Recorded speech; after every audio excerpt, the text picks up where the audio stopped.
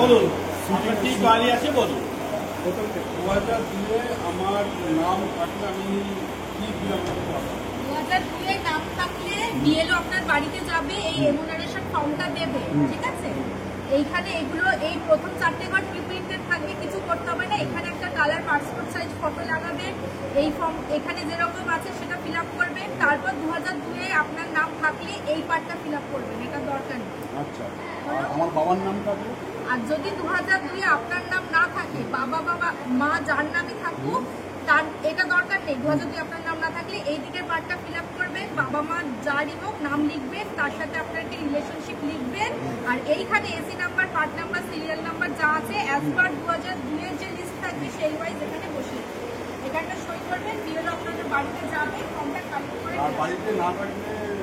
আর একটা কথা বলে দিই, 2 কপি এরকম ফর্ম দেবে, একটা বিএলও নিয়ে নেবে আর একটা আপনার কাছে অ্যাকনোলেজমেন্ট হিসাবে থাকবে।